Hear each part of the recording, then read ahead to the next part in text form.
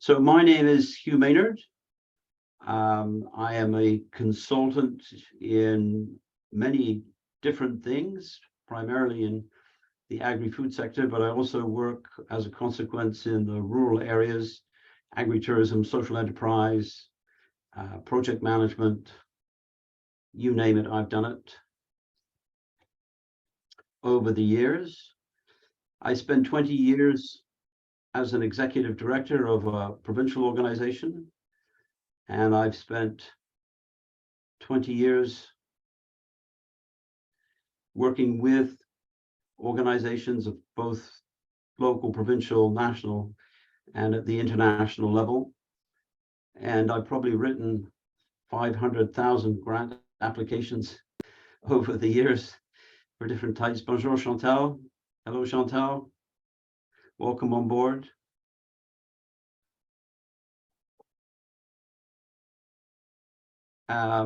And so I have quite a bit of experience, which is why they asked me to do this. To be honest, it's part art, it's part science. And also with grant applications, one of the biggest challenges that every government department, every organization, everybody has a different way of looking at things and organizing things, and forms and requests and stuff like that.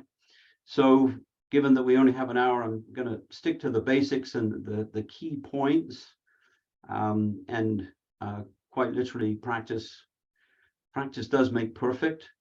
And I say that with an asterisk beside it, because of course, whenever you submit a grant application, it's probably likely that twice as many people as there is funding have submitted a grant application as well. And so you may have put together a really good grant application, but you're in a long line with lots of other people. So there are never guarantees. And I always end up being surprised at the grants that I don't get and the grants that I do get.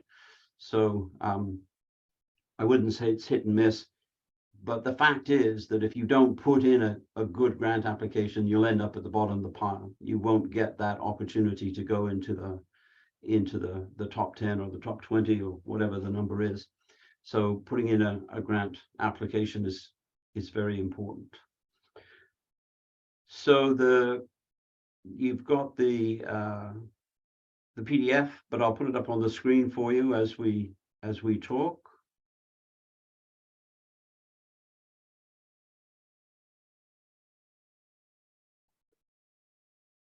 So this is the handy dandy guide to fame and fortune, making your grant applications count. So my goal today with you is to assist you in preparing for and completing grant applications that then get approved.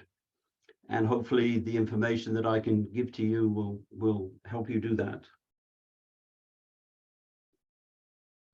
What we're going to do is we're going to look at some of the key elements that you should be aware of in preparing a grant, the basics. We're going to look at different types of funding so that you know that when you're submitting an application, you're clear on what you're going to be submitting for.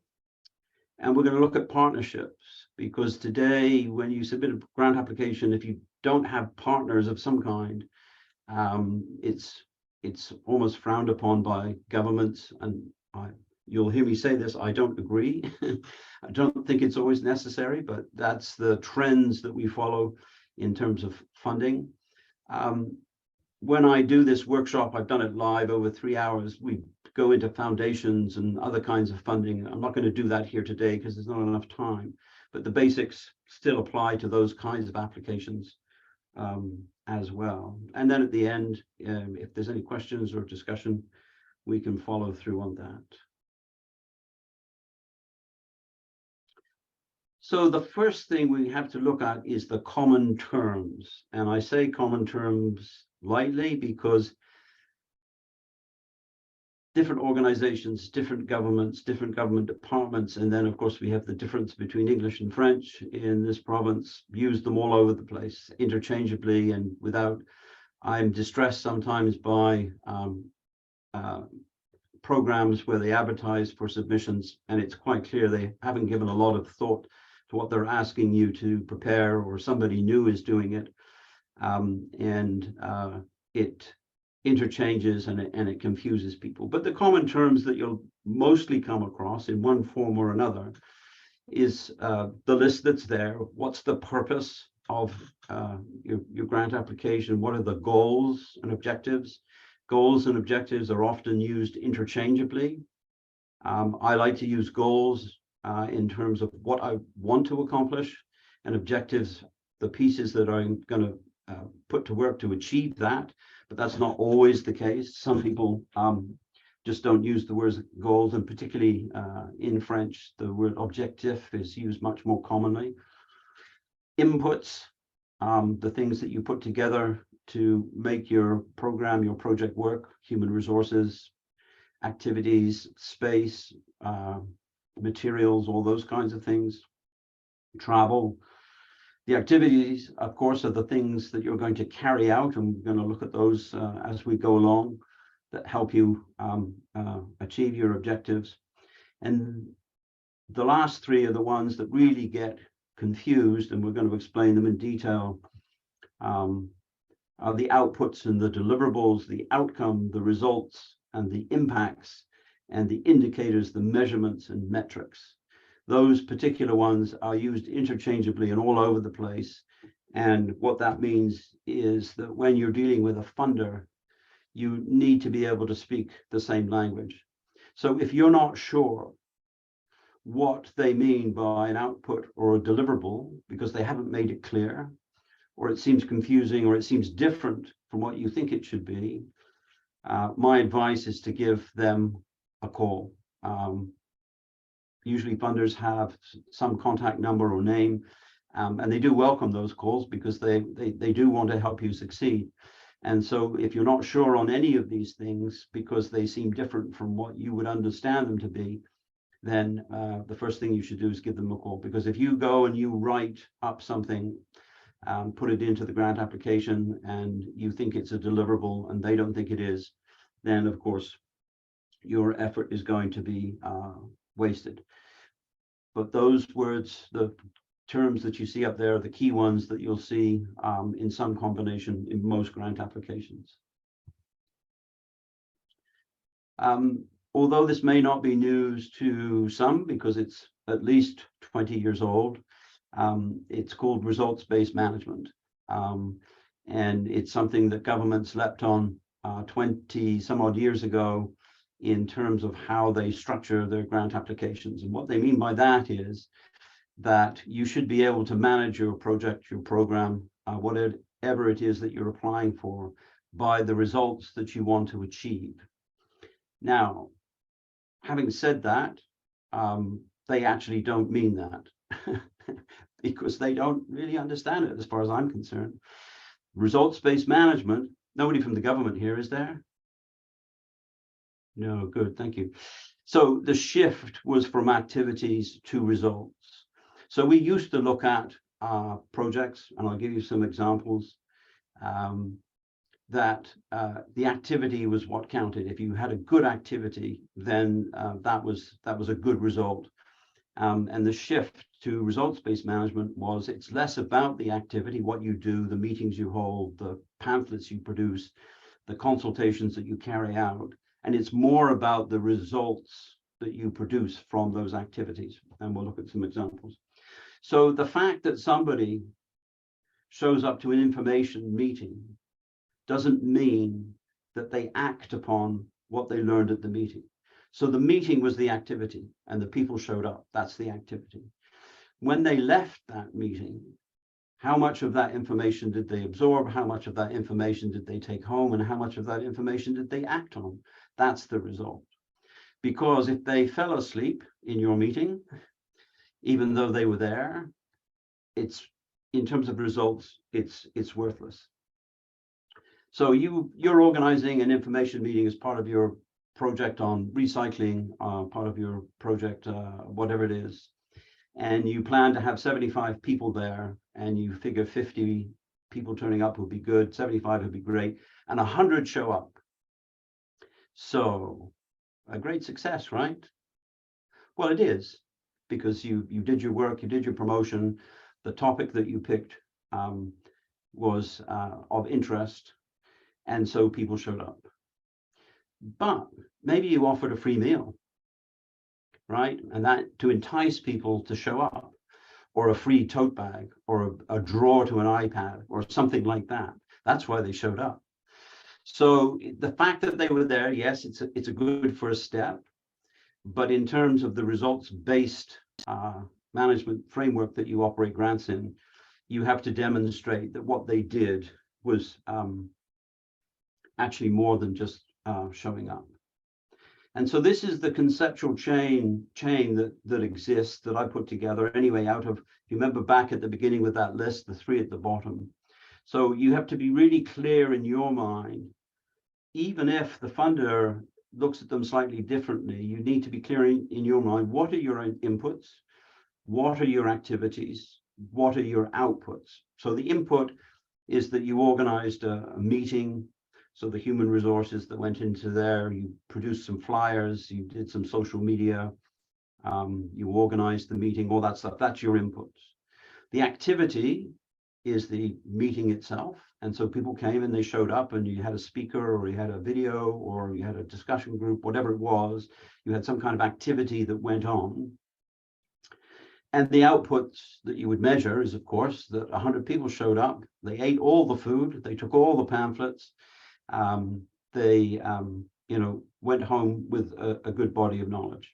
So then now we come into the results part, is because they came to that meeting, what was the outcome? Did they just go home and go to sleep and forget about it and throw the pamphlet into the recycling?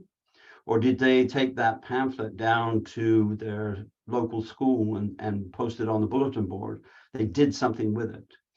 And as a result of that, was there a result? People saw the pamphlet and said, yeah, I'm going to recycle more. And then, of course, the impact further down the line, the long term, is that there was an impact from them having done that. So think of it as in that sequence of initial, intermediate, final, short, medium, longer term. And so I see all the time in grant applications, the use of the term impact as if it was an activity. And it confuses people because you're not sure, what do they mean? And what kind of an impact should I have from just a single activity? And so again, back to the beginning, that if it's not clear, if they're using the words impact and result at the beginning, instead of using outputs and outcomes, then you need to question is, what are they asking? They're probably asking, it makes common sense, they're just using the wrong terms. The other thing you should pay attention to is the difference between outputs and outcomes. Those get confused all the time. The output is really just a physical output, as the word describes.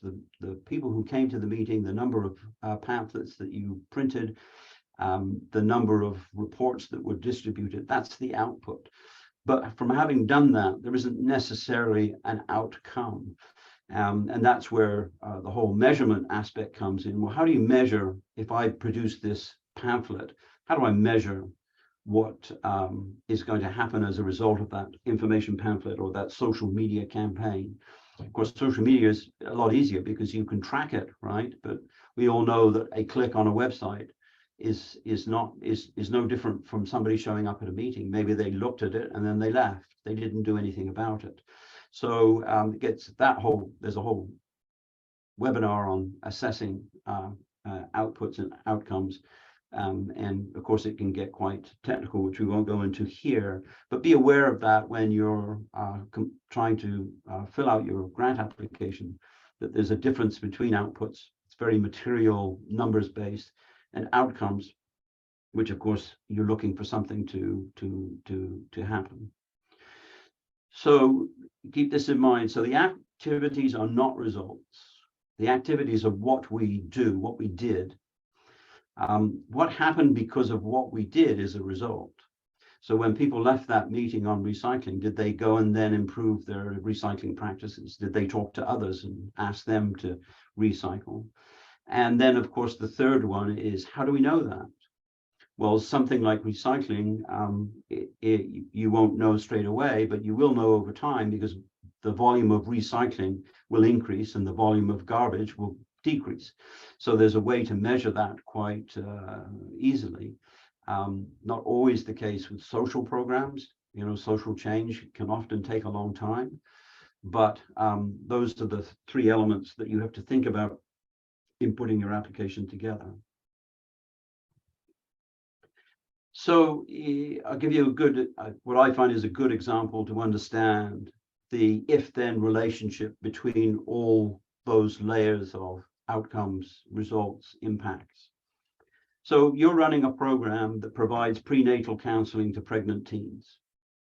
And if you're able to give them some additional knowledge around good prenatal care, and if the teens, the assumption is that if the teens have increased knowledge of prenatal care, then that will lead to changed behavior. We don't always know that, and it doesn't always happen. But again, if you don't provide that information, then the teens won't have any better knowledge. And without the knowledge, they won't know how to change their behavior. But it's an if-then sequence. So with that knowledge, the teens can then eat proper foods, they can take prenatal vitamin each day, they can avoid cigarettes, alcohol, and other drugs. There's your outcome, right? Because you've run a program that increases the level of knowledge, and the knowledge is put to use, you then have the first in the sequence of outcome, result, and impact. So the first few things was, let's give them a pamphlet, let's have a group meeting, let's provide some knowledge and some background. That's your activity. Now you're moving into the results of that activity, and the sequence is that the outcome is that they've acted upon the knowledge that you've given them. The second thing is that they follow those practices of better food, vitamins, no cigarettes and alcohol, then the teens themselves are in better shape, and we can assume then that the newborns will be in better shape. They'll be healthier, and that's your result that you're after. Because the other side of the equation is that, of course, if you have teens that are drinking and cigarettes and not eating, your newborns don't stand a chance. And then the impact, which is longer term down the line, is that, of course, if teens deliver healthy newborns, your health levels improve generally, both for the teens and for the baby. And there's also a benefit that your health costs are going to be lowered, because you're not having to have extended treatment for either one of them in the health system. So there's your flow from the beginning, the inputs to organize the meeting with the teens, the knowledge transfer, helping them to take that knowledge and act upon it. And then once they act upon it, over time, you start to get some results. And generally speaking, one or several outcomes or results together are what produces your impact over time, because the impact is generally long-term, it's larger, and it's made up of a number of different pieces. So again, back to what I originally said, is that somebody puts, what's the impact of your project, and they're putting it at the very beginning of the sort of the questioning, they've misused the word as far as I'm concerned, and that's where you should call them and say, well, what do you mean by impact? Have them explain it. And if they mean outcome, well, okay, that's fine. At least then you know that the word impact means outcome, and you can guide your application as a consequence.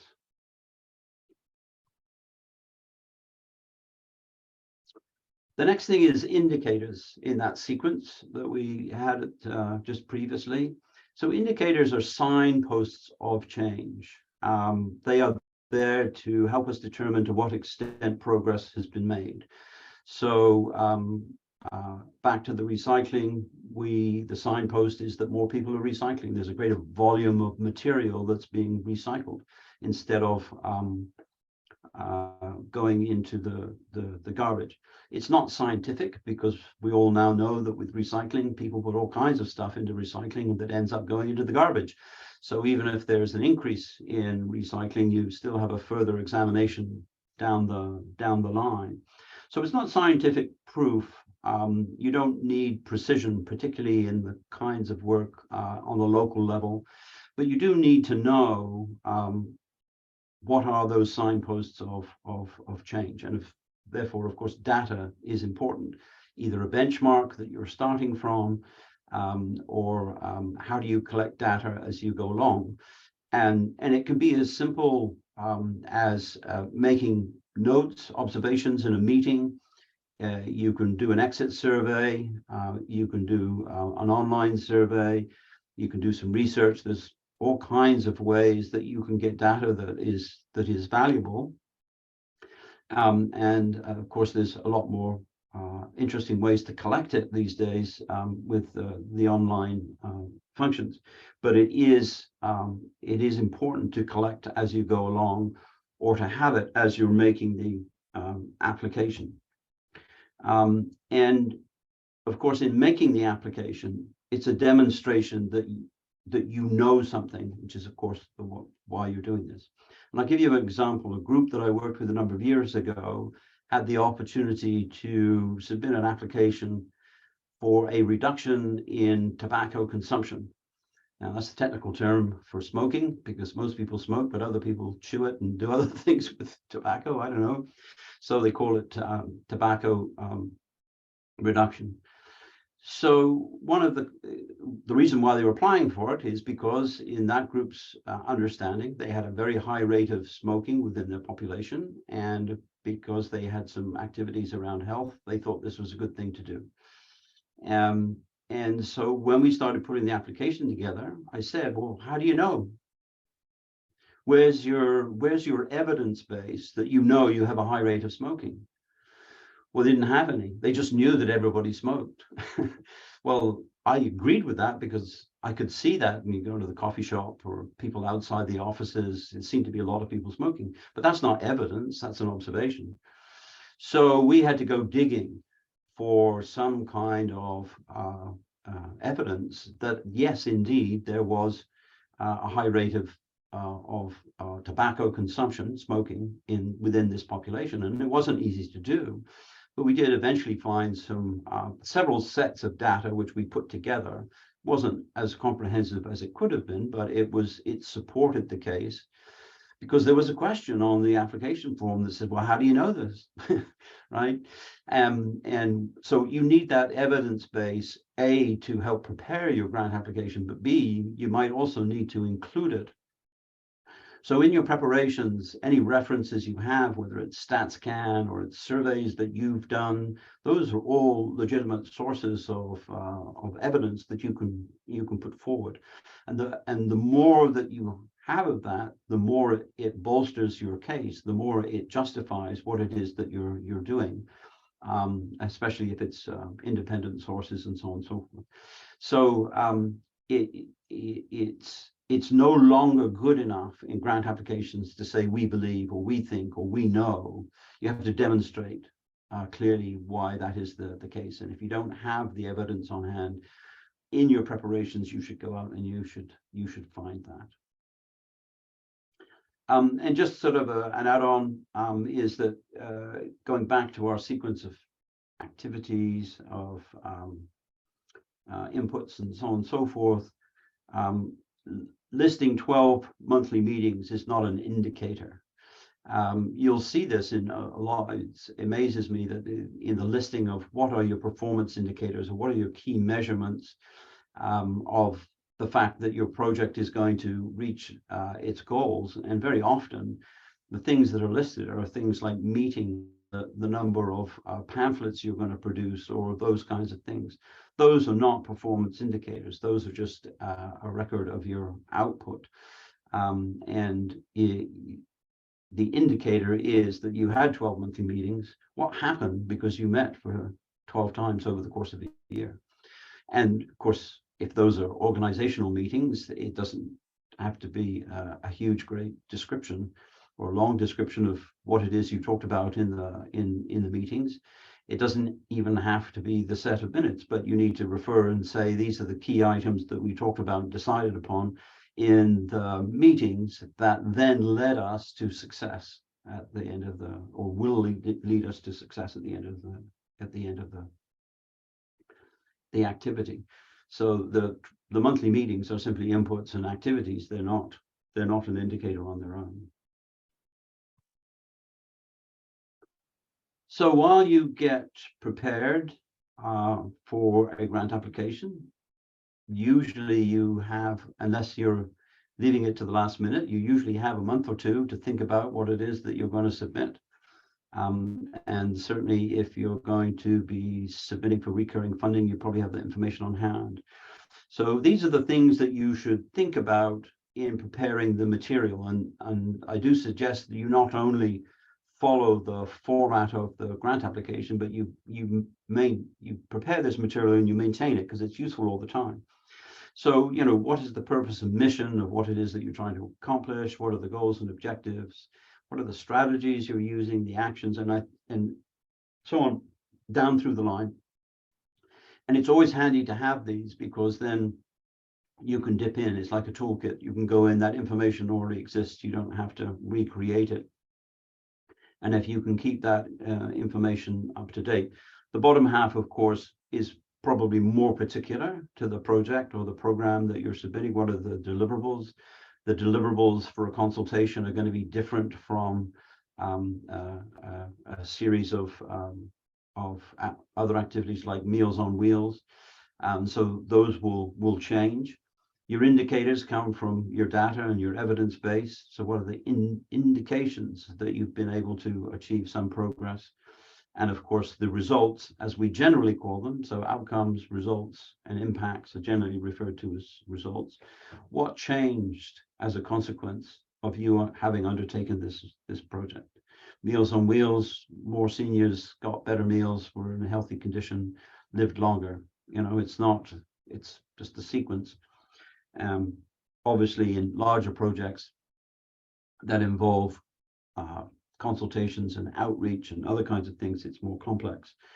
But these are the things that you should think about. The other thing when you're preparing your grant application is you want to look very carefully at what does the funder want from you. Everybody is seduced by the possibility to get funding, and there are programs available all the time. But what does the funder want for you, and how does that match what you want? I do a lot of project reviews. So people will say, I've written this grant application, Hugh, could you review it for us? And you'll see everything that the group wants, which is fair enough, it's legitimate. But then you have to go back to what does the funder want? Because you want to make sure those two things are aligned. Sometimes that's a challenge, because for whatever reason, the government parameters or the parameters of the government funding are constrained or limited, or for special circumstances, or only for certain groups. And so you do really need to challenge yourself and say, this is an attractive program, but should I be applying? Am I going to twist myself in knots trying to get an application into this one, which I understand is difficult to do, because you need funding to carry out the activities of your organization. But you do need to look closely at what they expect from you, because otherwise you could be apples and oranges, or at least applying for something that's going to give you a lot more work than what you expected. You also need, in the planning, to anticipate delays. There will always be delays in approval in the process.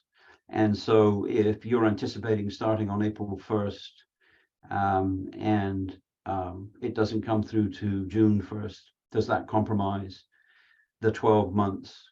Most organizations can compress their activity and adjust, but you need to be able to think about all these things as you prepare the budget, as you prepare the description of activities. If there is delay in approval, are you still going to be able to do that? I'm not saying you shouldn't send in the application, and sometimes, well, a lot of times, you actually just have to sort of think, well, we're applying based on a sort of a theoretical program framework that may be delayed, and may cause us some issues, but I wouldn't worry about that till it comes. But at the beginning, you have to think out: is there some flexibility? Are there things that I can adjust in the implementation of the project?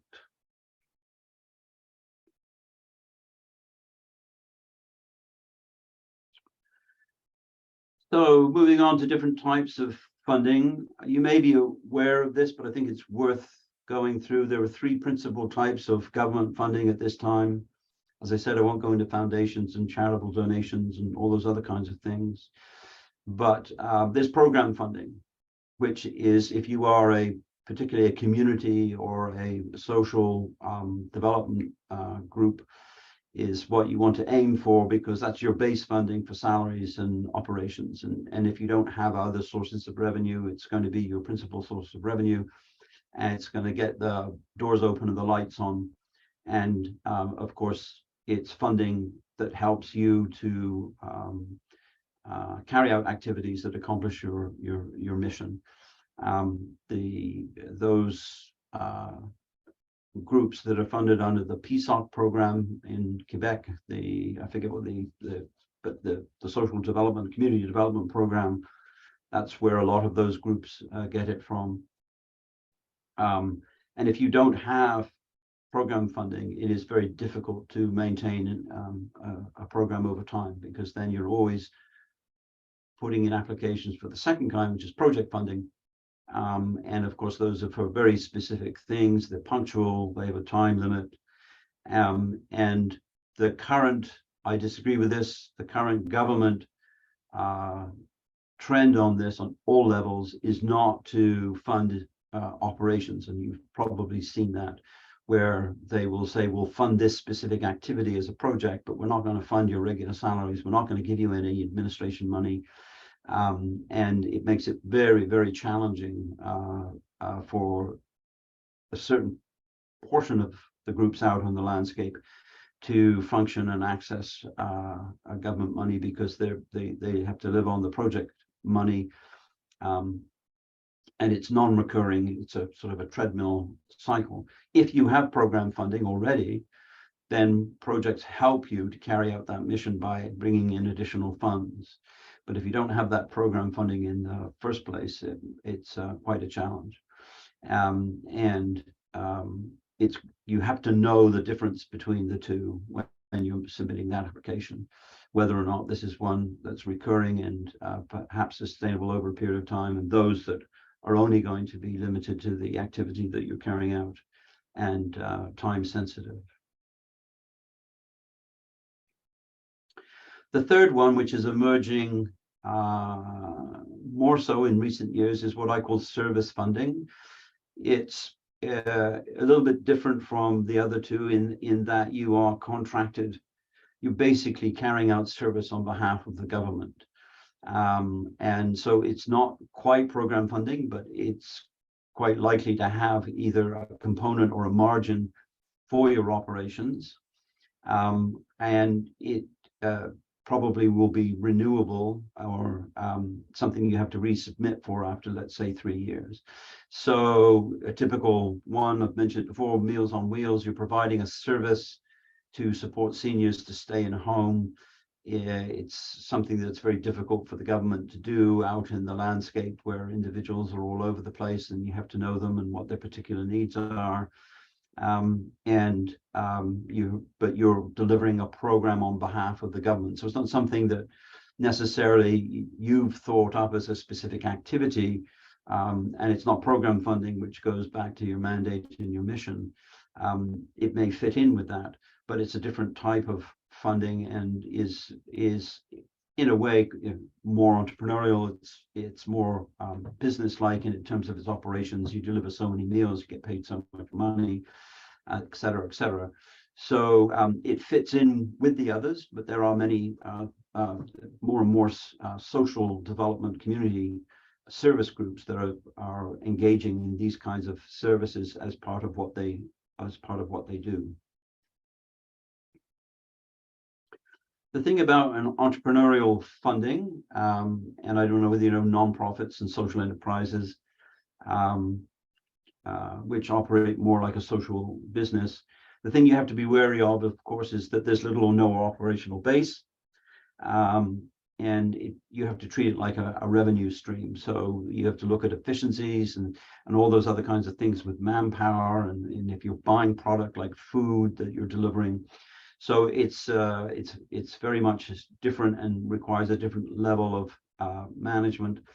And the other thing, particularly with service and project funding, to be aware of is that it's difficult to stay on mission, because the tendency is that you're always chasing other projects and services to deliver, which fit in with the mandate, but it's as much about generating revenues.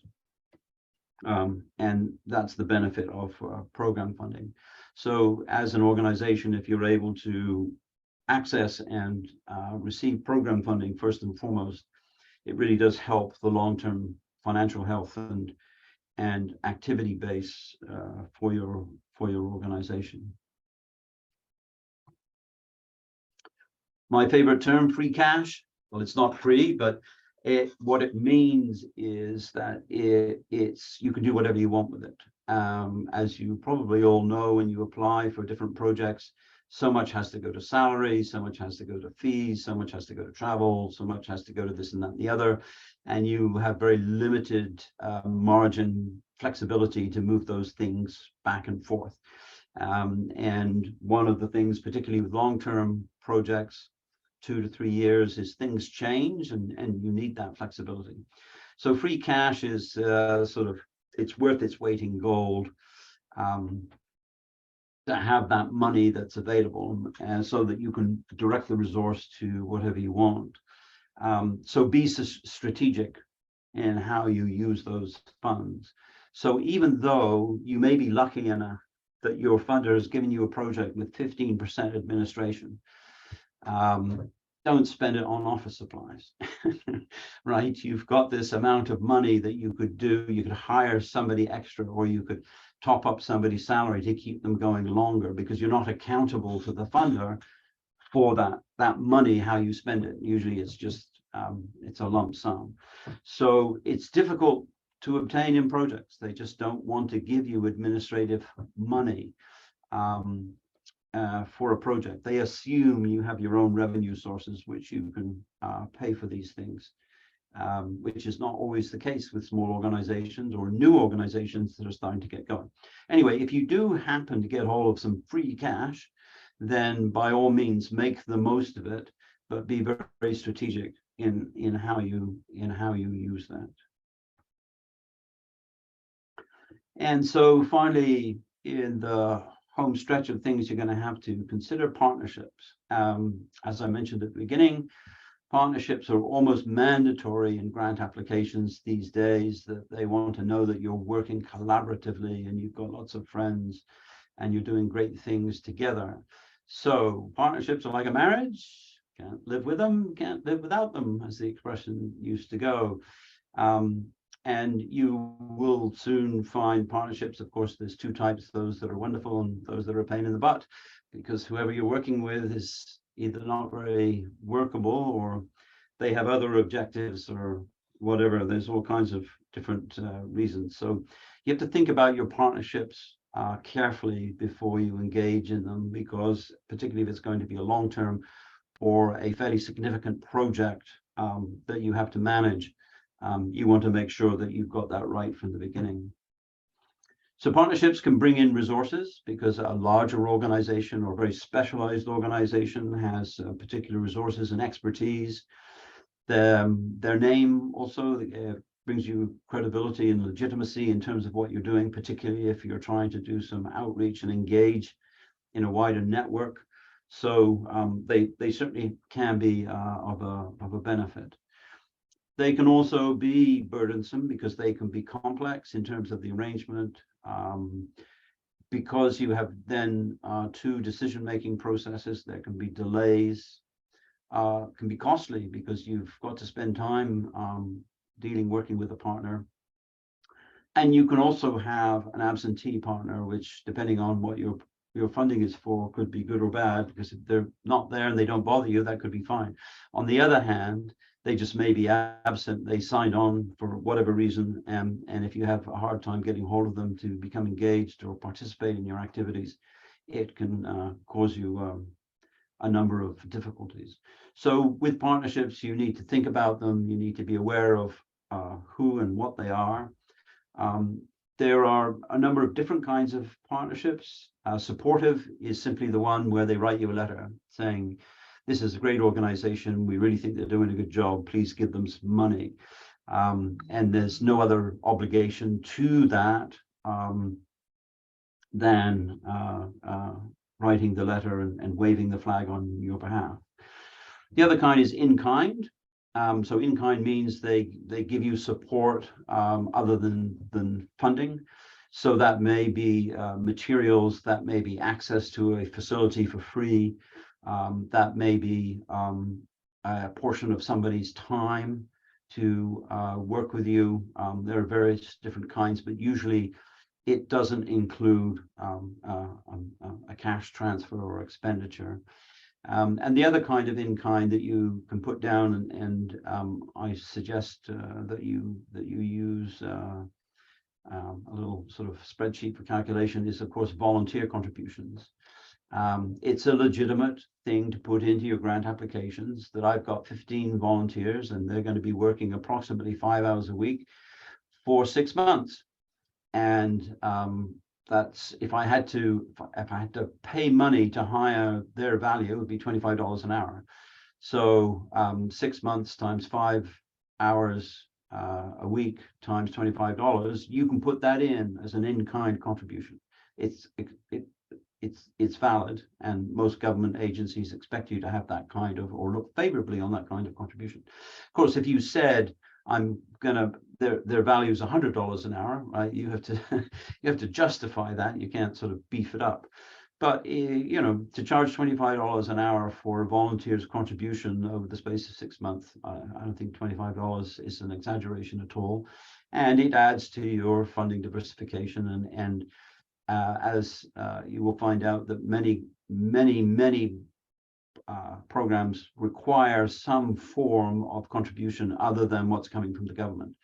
That ranges from usually 90% down to 70%.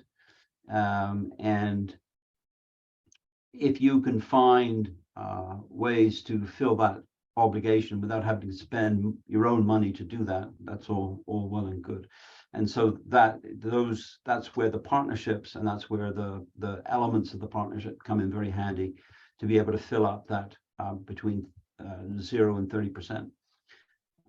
The best kind of project, of course, is where they give you 100%, and then you don't have to fool around with all this stuff. The other kind of partnership is advisory. Perhaps they're a federation or a network that you belong to, and they're giving you advice, information, support in that way. They can also be contributing, so that you're co-organizing events or consultation or whatever it is that you're planning to do as the main activity. You have a joint organizing committee. They've got some particular expertise or staff, and so do you. And then the next one is decisional, where they're actively making decisions along with you. And of course, that's really where you need to get into discussions about who's in charge of what, because otherwise you'll find people making decisions on your behalf. And of course, who's primary and who's subordinate. These are more technical and bureaucratic kinds of considerations that usually only come with very large projects, but still, these are the things that you have to keep in mind. The other just broad categories of management versus administrative, and again, back to the previous list. So management, of course, is where they're actively involved and they're sitting at the table. They're on the organizing committee. You have parity committees and other kinds of things, and are directly involved with the funders. The other kind is administrative, where they're simply helping you with various tasks, whether that be tracking funding or bookkeeping, or record keeping, of those kinds of things. And again, but the main thing is to be very clear on what the roles, responsibilities, and expectations. If it's a supportive relationship with just a letter, that's fine. Anything else, you need to know who's doing what, and the 3 C's of partnership: clear, consistent, and communicate, right? Because otherwise you'll end up getting into a little bit of difficulty down the line, and you don't want that, because if you're being funded by a government department and you end up in a fight with your partner, it doesn't look good on either side. Depending on the complexity, you want to put it in writing. It doesn't have to be a lawyer's contract, but at least, put down the key points, and both sides agree to them. What are the roles and responsibilities? What are the key points of what we're doing? What are the terms and conditions? There are lots of templates that are out there that you can use, but if you're going to have a long-term or a fairly extensive relationship, then you want to put these things down and not just verbal agreement, because as you well know, it's amazing what you don't remember from 6 months ago when you were in a meeting, unless you take notes. So if you've got an agreement, get it signed or initialed, so it has a little bit of weight to it. It's always useful to confirm emails. I know we all get too many of them, and be selective, but certainly when somebody sends you an email outlining what it is that you're going to do, then confirm it and ask them to confirm what you've sent to them. So, because emails now are a very useful paper trail, and it's a good practice in a way to do that. And establish a liaison. Who are the key talking points? Because if you're in an organization with 5 or 6 people on your side and 10 or 12 people on their side, people have a working relationship, but who are the official liaisons, so that it's clear about who is talking to whom.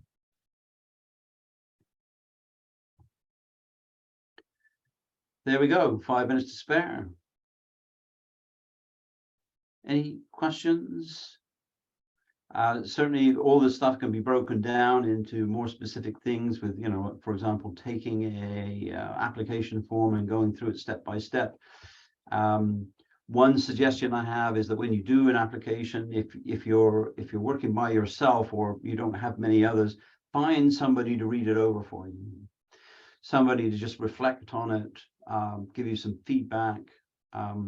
Sometimes government departments will do that for you. Your project officer will give you some feedback that you're on the right track or you're not. Some of them don't want to do that because they feel then they're compromised. But that's another tip. David, you've got a question. Hugh, in general, how many pages is a typical application, and how have the length or complexity of them changed over the past 10 years? Well, unfortunately, it depends on the government department. I fill out applications forms that are just fantastic. They're 3 pages. They ask you 4 questions, a bit of information and a couple of supporting documents. That's few and far between. Some will ask you all kinds of background material related to their goals and objectives. So how do you fit in? So it's not actually an application, it's a demonstration, almost proof that you should be applying for this. And they're a pain in the neck, because then you've got to think of all these things of how you fit in, that yes, in the large picture they are related, but they're nothing to do with your project per se. So it's there isn't an answer to that question, but even application forms, quite frankly, I find application forms are generally poorly written. They're put together either in haste or by people who don't have a lot of skill to do these things, and so it's not clear what they want, or there seems to be a lot of redundant questions. Why are you asking this for the 3rd time in the same application form? The problem is that you're under duress to get this project application finished and submitted, so you just get on and you do it. So, but certainly any application form that's over 10 pages, you've got a serious book to prepare, and so should make sure that you have all the information, the data, the information base, because they're going to be asking those questions. And one quick follow-up. how can all of us here in the areas in which we work keep abreast with the funding opportunities as they arise? Are there 3 or 4 main kind of sites that we should be looking at? How do we react quickly to opportunities? Yeah, you hire a consultant like me. No, just joking. Okay, so 2 things. One, if you're in the arts, ELAN, English Language Arts Network, has set up a program database because, and they did it for that very reason, that many of the grant applications are being done by individual artists rather than by groups. So these are people who are trying to make a living from their art and then try to submit grant applications at the same time. So they have committed to, they put the database up there. It's now up there. You can go in. So if in the arts, you can find pretty much any federal or provincial art-based program, and they have covering the challenge of updating it. So as new deadlines come about or those kinds of things. Based on that database, the Regional Development Network in Quebec City is going to attempt to do the same thing. Now, the problem with that is that depending on the department, it depends on the scale of the program. So if you're in the MAMASH, which is the Ministère des Municipalités et Habitation, they have 122 MRCs, each of which has a different program. So keeping up with the changes and the deadlines on 122 MRCs is going to be impossible. So it's not easy. The main way is to stay connected, be part of a network, either through a federation or a network of groups that will pass that information around when something comes up that is likely to be of interest to you.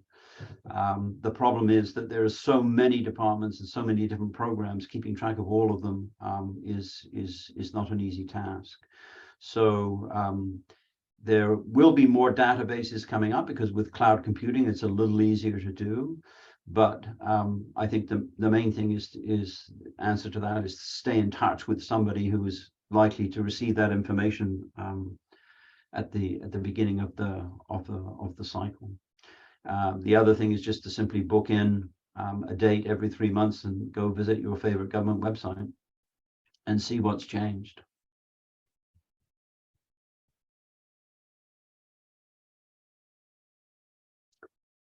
Any other questions? I didn't delve into budget and all those technicalities. That's a whole science of itself of putting together and how you estimate hours and how do you calculate all those things. Quite frankly, they're not going to give you everything you asked for. So just, like, don't sweat the budget. Yes, it's got to seem realistic and it's got to be proportional, but don't get caught up in fine tuning it down to $100. It's not going to make any difference in the end anyway. But obviously, if you're going to be purchasing materials or doing some travel, they're going to want to know, some reasonable amount that are associated with that activity. Salaries are obviously easier to calculate because you're hiring a coordinator at X number of hours a week times X number of dollars. So that's the easy part. But the other parts, unless you have detailed information on it, you're going to be basically making a good guess, a good educated guess on what it's going to cost you to print stuff, to rent halls and all those kinds of things. Thank you, Danica. Thank you for joining us. And you can always get me on, you can email me if you have any questions, something you think about afterwards.